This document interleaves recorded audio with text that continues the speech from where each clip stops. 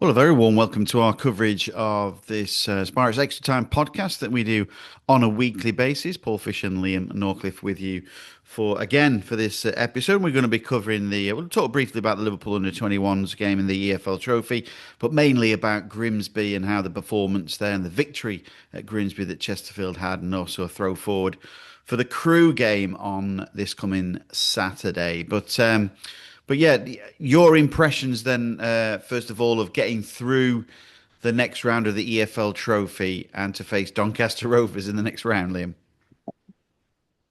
My impressions. Oh, right. It feels rather bizarre to progress to the knockout stages, doesn't it? Having lost 7-1 in your first game Yep. and then having lost, well, technically lost to Liverpool under 21s 11-10 on penalties, even though it goes down as a draw, but Liverpool get an extra point. It's all rather bizarre, isn't it? But in terms of the draw itself, I think although I know it means we're playing the same opposition twice in a matter of days, I think it's a good draw. I think it's not too far, is it, for fans who want to go? Um, it's not a team who are going to be playing in the league this season, of course, because they're in League One. So it's not a ground that you're going to be going to again this season. And I imagine both teams will probably make some changes, so it'll be totally different to the FA Cup game that we see a few days later Yeah. on the Saturday, and obviously a different venue as well. I mean, it's not a priority, this competition, is it? But it's an opportunity again to get minutes in legs, to have a look at maybe one or two different things.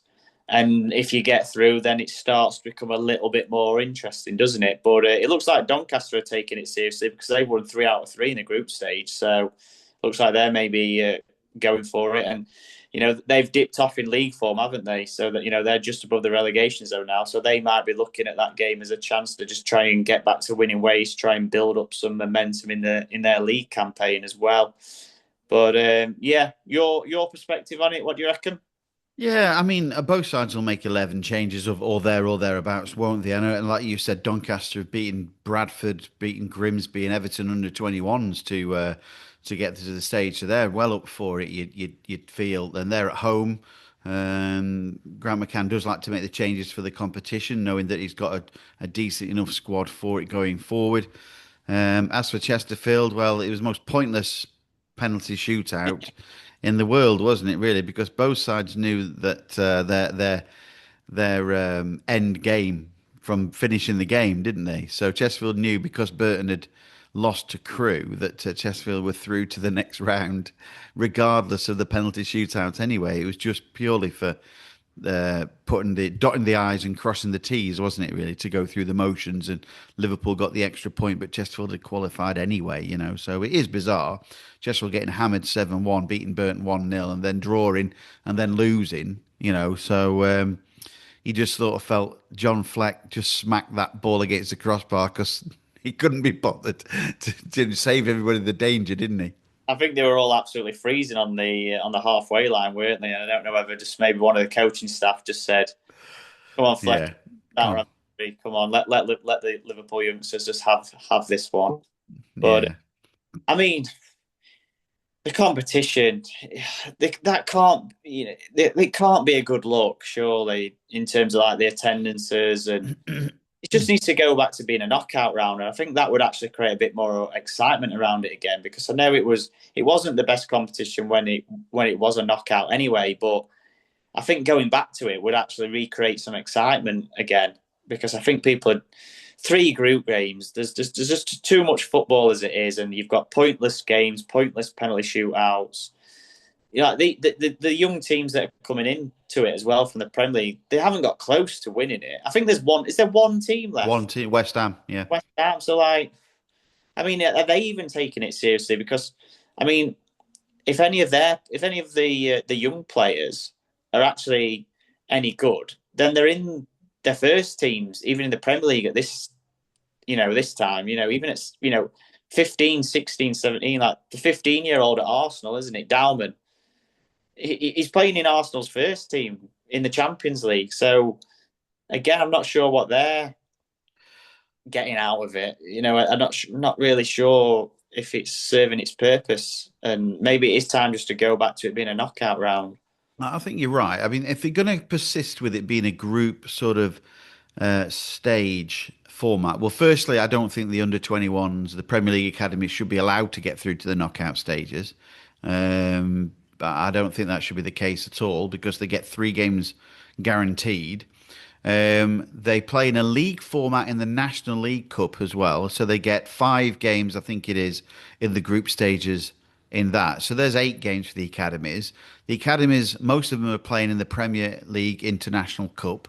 So Mm. they'll get fixtures. Some of these lads are getting more runouts than some of the Chesterfield reserves are getting for their respective clubs. I wonder whether the years ago there's a precursor to the Football League Trophy was a competition which Chesterfield won called the Anglo-Scottish Cup. Now, in that, Chesterfield played their group stages in July as a sort of pre-season thing, and I wonder whether EFL Trophy could be played as the group matches, 3 games per week, as part of the pre-season. It's none too competitive. It's enough for players to get players, and you're allowed to play trialists in it. And I wonder whether that could be a factor for it. And the knockout stage is held. Everything done before Christmas. I think they do that in Scotland as well with their Yes, league. they do. Yeah, I'm sure they play. They get to like July or August, and they're already in the quarter final of the cup, aren't yeah, they? Yeah, it's a really good idea. I like that. yeah. But yeah, I think it certainly needs looking at. It can't be a good look for anyone.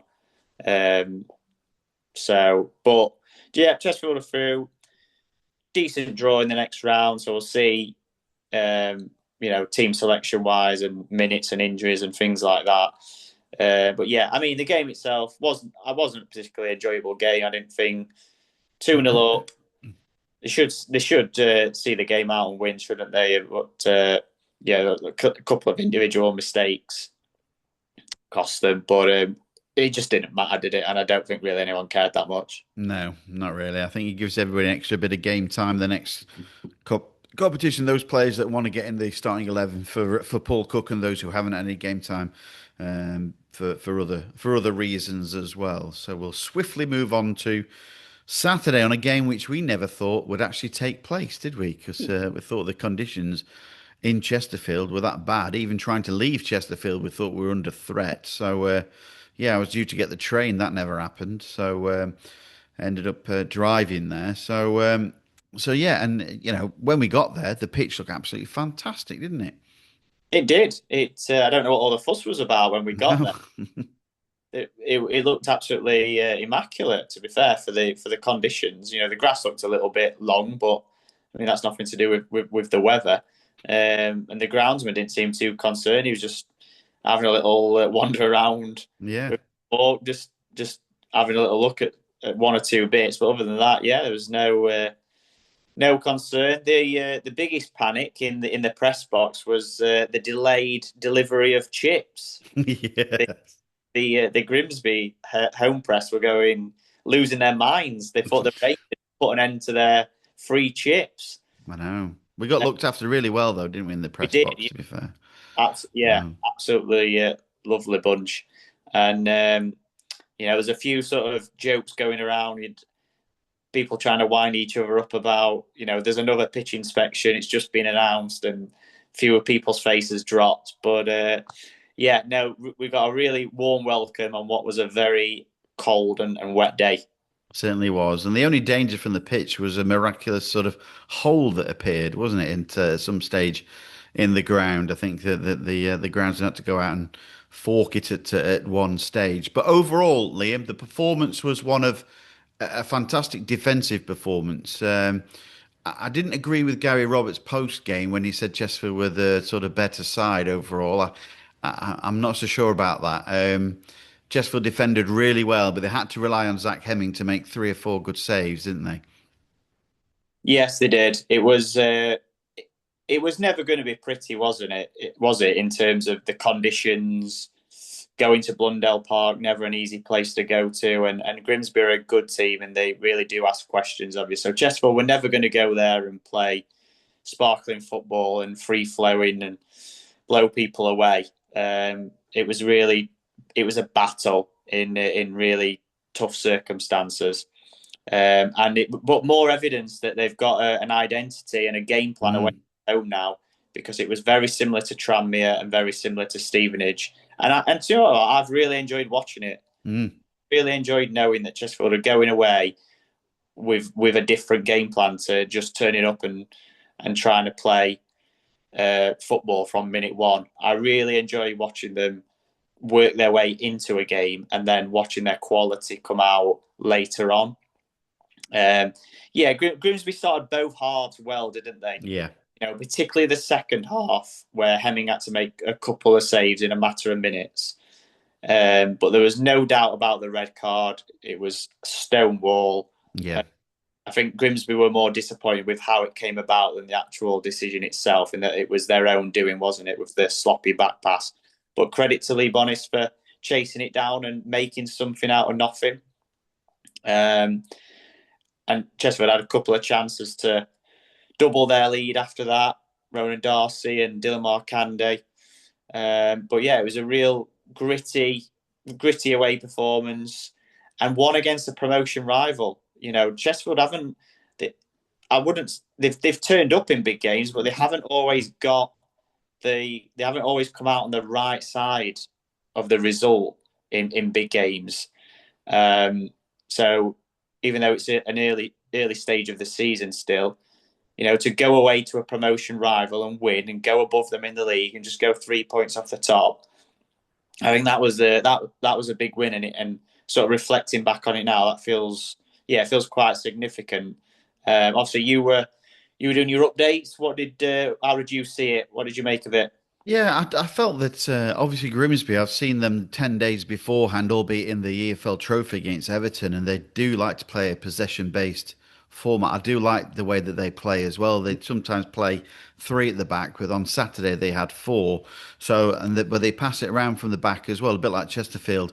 Whilst the away Chesterfield don't mind the opposition having the ball, Grimsby quite like to have the ball and dictate play. We felt that Jay's Kabia had two big opportunities. One was a great save from Hemming, and the second one, how he got through two defenders and put his header wide. I'm not sure he should have hit the target with that at least.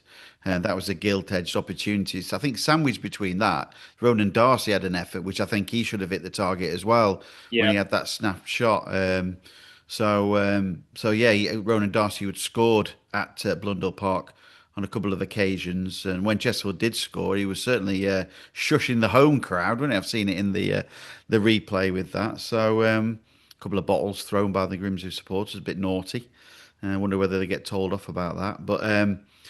But again, you saw that side to Chesterfield where they were in a real battle. You know, McFadzean and Dunkley had to work really hard, didn't they, to repel anything from Danny Rose. You know, at 32, Danny Rose is a wily striker and he's been there and done it. And Kabia, who's the one who's up and coming this season, you know, he was their top scorer, wasn't he, going into the game? So, yeah, I felt that they acted really, really well. And you know, at times Chesterfield had to rely on them going forward, and I think they did really well to get a clean sheet out of that as well against a side who were the top goal scorers in the league as well. You know, so really, really impressed with them away from home, and like you, I enjoyed watching it. Although you know Grimsby did have their chances. Um, Zach Hemming's in such good form at the minute that you know that nothing seems to be trying to get past him, does it? So yeah, really, I think him and Devon Tanton. Tanton played really well after the game. He got man of the match with the official club podcast, didn't he? And I thought he had a good game. yeah. With Hemming as well, it wasn't just his saves; it was his general sort of handling as well. Because Mm. as we've touched upon, very wet conditions and everything just seemed to stick. You know, he almost like he had a bit of wanted to a point to prove, if you like, or maybe just wanted to, if he felt like maybe he was at fault for that third goal against Accrington, that he wanted to sort of put that right, and he certainly did that. I thought he was excellent, and he was my man of the match. But yeah, I couldn't really argue as well for people who said Tanton, because I thought he was a good outlet down that right hand side when Chesterfield went down, when Grimsby went down to 10 men. I think everyone else just really battled really hard, didn't they, in terms of winning their duels and getting a foot in, and they're well organised. I mean, listening back to David Artell's post match, I don't think he said too much that was unfair either. I think No. there would be quite a bit of a. It would have been interesting to see how the rest of that second half would have panned out had it remained Yeah. 0-0. I mean, he said his team could have been 1-0 up at half time. They certainly could have scored in the first half, like you say, with the chances for Cabia. But also Chesterfield had a really good one with Darcy. So maybe it could have been 1-1 at half time. And then obviously, they came out through the kitchen sink at Chesterfield, didn't they, in the early stages? Hemming with a couple of saves, and then obviously the red card does change the picture of it. I was worried when they did go down to 10 men, because that just seemed to galvanise the home crowd. They were really on the referee's back, and you did wonder whether he was going to buckle under the pressure and maybe even things up, give a second yellow to Dunkley, or maybe award Grimsby a penalty. We were, you sort of really tucked up in the press box, aren't you? You're right amongst the fans. Yeah. And they were really angry, and I think that they felt hard done to. I think that was more the general decision making of the referee. I think they felt that maybe most 50-50s went Chesterfield's way, but I don't think they could argue at all about the red card. Oh no. I've not seen anybody complain about the red card yet at all. So no, and we were just behind the dugouts, aren't we? And their staff were putting a lot of pressure on the fourth official, and they were calling for absolutely everything. They were trying to make it a 10v10 game, but fair play to the referee for not buckling under pressure, and also for Chesterfield for having the nous to take Shea Dunkley off and bring on Janoi Donasian for that last sort of 15-20 minutes, just so the referee didn't have an opportunity to even things up. But yeah, just like saying, more evidence that Chesterfield have got a clear identity and a game plan away from home, grittiness, some steel. A great away win, great result, a great result against a promotion rival away from home, on ahead of two more games against possible promotion rivals. Yeah, big month, isn't it? Really, this going forward, and I think Chesterfield should be very confident, 8 unbeaten. Obviously, you include the Liverpool Under 21s games as a draw, because that's technically what the result is. So 8 unbeaten, 1 loss in 12. They should win. That loss was at Colchester, of course. So they should really take that going forward. I felt both sides. It was always going to be a mistake that that was going to win the game for somebody, and that mistake came from Grimsby on 2 occasions. First, the sending off, and secondly, the own goal. Brilliant run by Markandi, wasn't it, down the right hand side, twisting and turning. But I think both sides would have shook hands on a 0-0 draw and thought, yeah, really well done. They've put everything out there. They've left everything out there. I felt at times the referee was too niggly. I felt that, some of the, like a little shove in the back. Both sides were sort of milking it a little bit because of what had gone off before.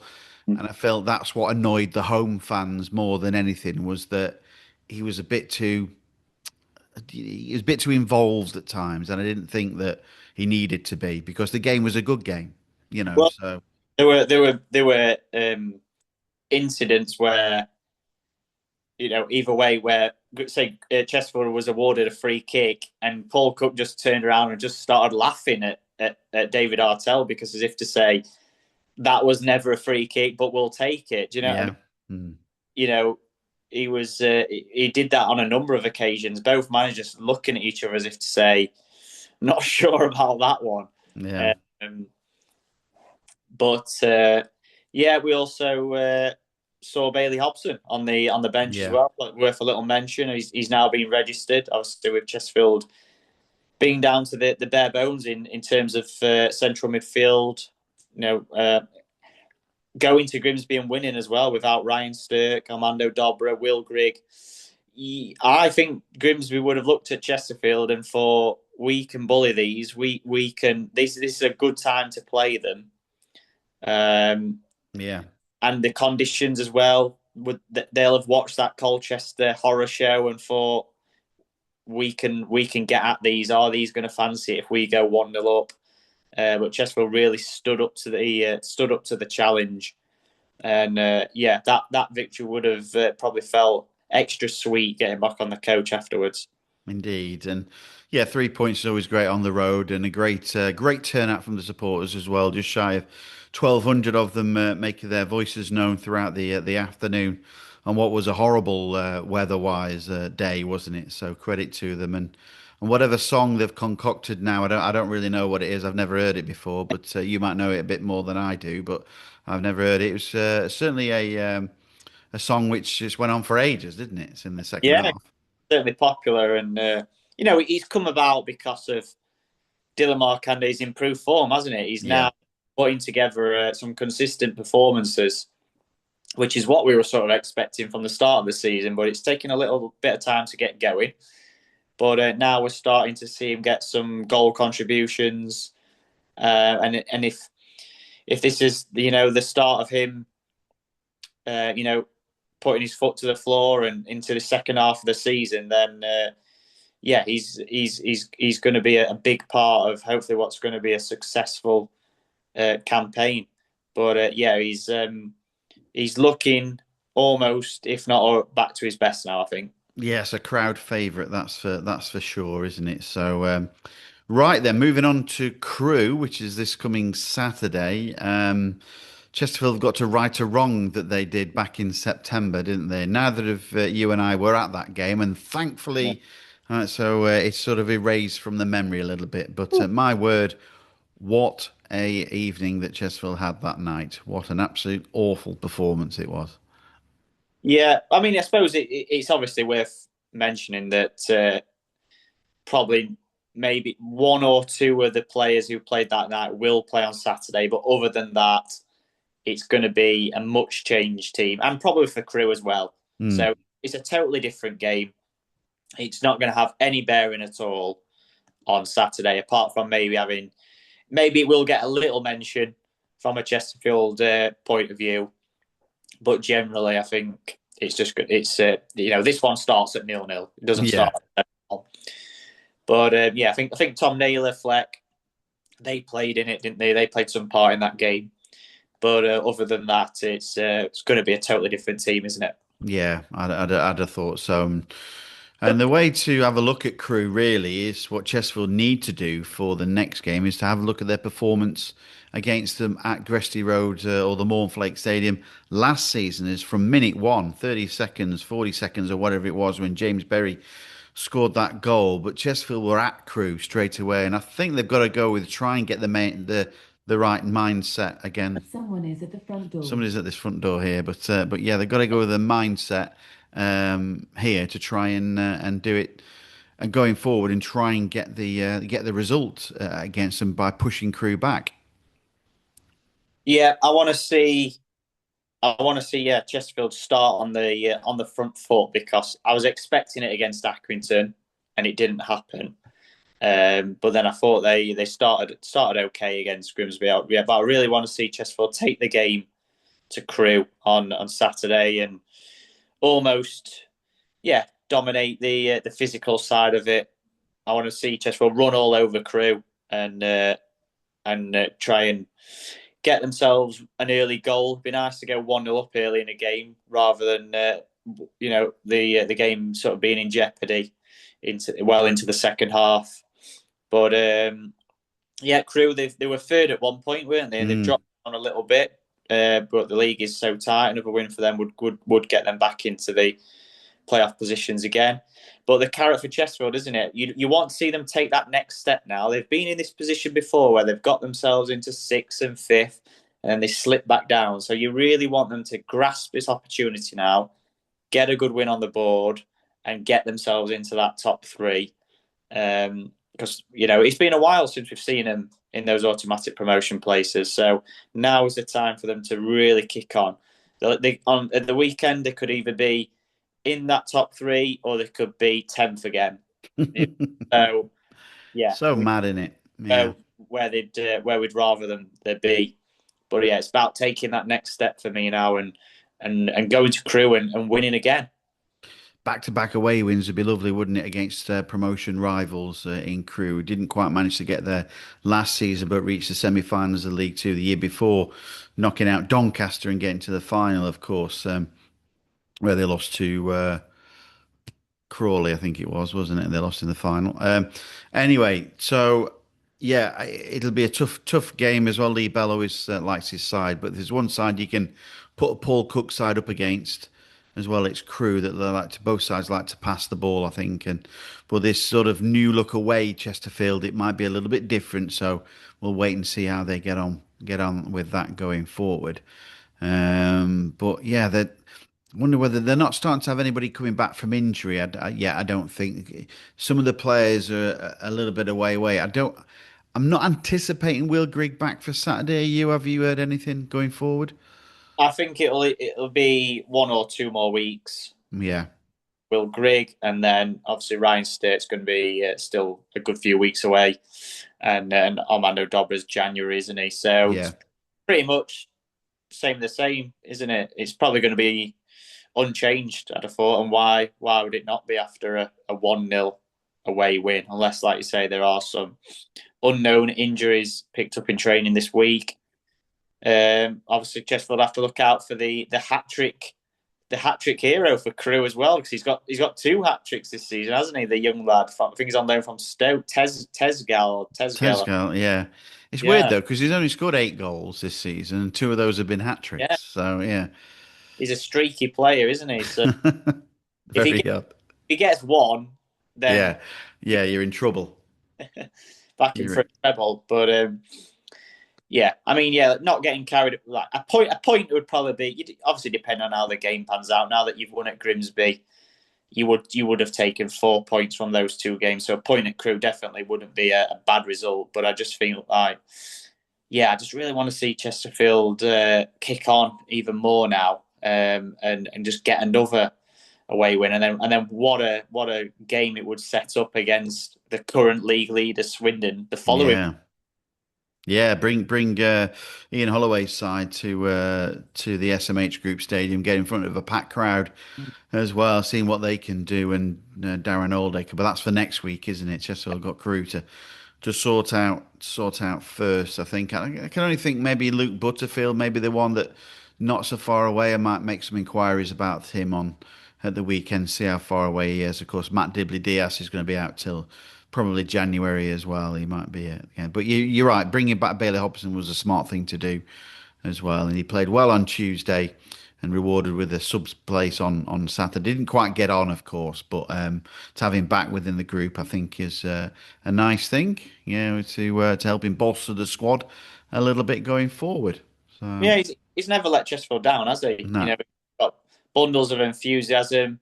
His performances rub off on the crowd, don't they? He's very infectious with he's a runner, isn't he? He runs forward. He'll get stuck in, plays numerous positions.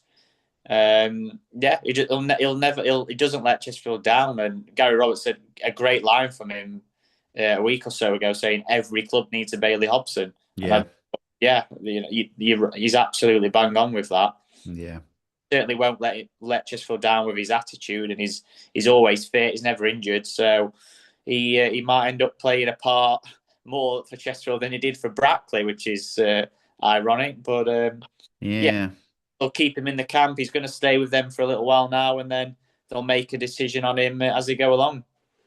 Yeah, it's good to see. So that's that going forward. I think there was supposed to be a reserve game. I think this week it was just called off. So I don't know what kind of side they would have put out. But it would have maybe featured Bailey Hobson, the likes of him, and Ryan Boot. Maybe got a game in that, but I think it was postponed. I think for the weather purposes. So. But we'll see. It'll be a tough game, a tough ask, Crewe. But again, it'll be backed by plenty of Chesterfield supporters. I understand around 1,000 again are going to making their journey across to Crewe. So yeah, the fans have been pretty good, haven't they? Oh, they've been magnificent. They've got a good away following, haven't they? Like a loyal away following. certain sort of games which are further away might be more the 500-600s, but generally within a few hours of Derbyshire, you're looking at a solid 1,000, if not more. Um, always in good voice, get behind the team. A lot of young fans as well, which is good to see for the future. And I think they're optimistic for the rest of the season. Like I say, we want to see Chesterfield click a little bit more. I've said that maybe the good performances have probably, you could count them on one hand. Really, I don't think anyone really thinks Chesterfield have hit the heights just yet, and I think the coaching team have basically said that as well. But if they can do that in the second half of the season, then that's the time to do it, isn't it? That certainly is. Thank you for your time, Liam, as ever. And we'll be back with you next week reviewing the Crewe game and looking forward to the big clash against Swindon, of course. So please like and subscribe this YouTube video. And I'm desperately trying to get it onto Spotify. We'll get round to that for people who just want to listen to the audio rather than seeing our beautiful faces on YouTube. So yeah, Liam's stuff will be on the Derbyshire Times website, also in print as well, if you want to buy it, of course. And or my audio will be on BBC Radio, BBC Sounds. So the dedicated Chesterfield play, so you can subscribe to that one as well, and that gets to you straight into your phones and social media stuff. So thanks very much for watching, and we'll be back next week.